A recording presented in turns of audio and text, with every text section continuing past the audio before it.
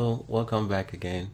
In this lesson, we will be learning how to draw the slot.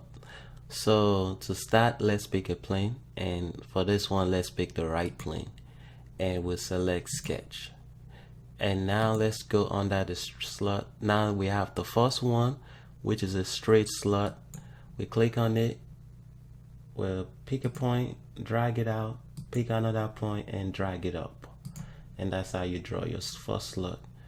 Click, drag, click, and pull it up and click your third point. And the next type of slot is the center point straight slot, which is you click and it makes it symmetrical in both direction, and you click and you drag it up and you click. So it's kind of like the mid line we drew when we were drawing the line.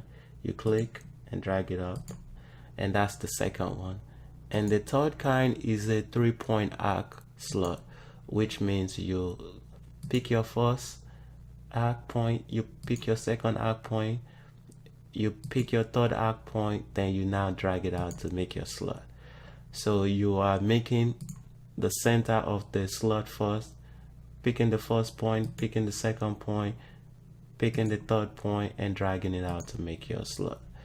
And the third kind is the fourth kind is a center point arc slot, which is, let me just zoom out over here. You pick, drag it out, pick your next point, and now draw your arc, and now zoom it out. Drag it out. So you pick your point, pick the edge of that point, and now draw your arc, pick the third point, and now drag it out.